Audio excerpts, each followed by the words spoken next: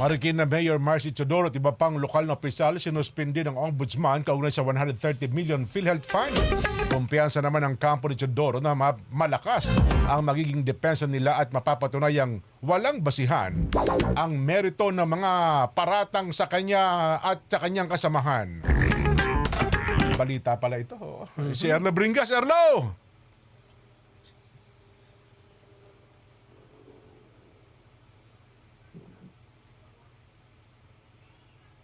Lungsod, sinuspinde ng Office of the Ombudsman sina Marikina City Mayor Marcy Teodoro, Vice Mayor Marion Adres at 10 pang mga opisyal ng lungsod dahil sa mga maanomalyang transaksyon umano sa isang public funds. Naharap ang mga naturang opisyal sa 6 na buwang preventive suspension without pay kasunod ng mga kriminal at administratibong reklamong inihain laban sa kanila para sa mga alegasyon nga ng katiwalian at malversation ng pampublikong pondo.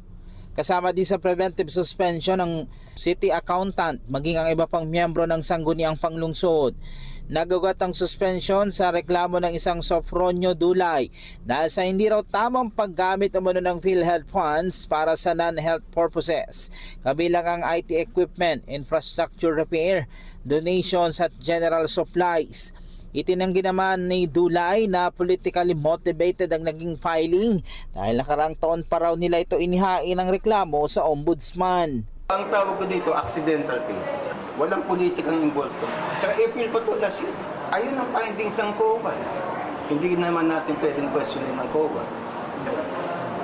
Ito naman para lang sa kalusugan ng mamamayan Ayon sa Office of the Ombudsman, nakitaan ng sufficient grounds kaya kinatigan ang reklamo ng complainant. Kaya nag-issue sila ng preventive suspension laban sa mga respondents dahil sa matibay umanong ebidensya para sa grave misconduct. Nakasadi sa desisyon na ang pananatili nila sa kanilang opisina ay posibleng makaapekto raw sa investigasyon. Kaya naging desisyon ay preventive suspension muna sa mga opisyal. Sa pahayag naman na inilabas ni Mayor Marcy Teodoro, sinabi nitong naniniwala sila na ang ginawang suspension ay isang politically motivated.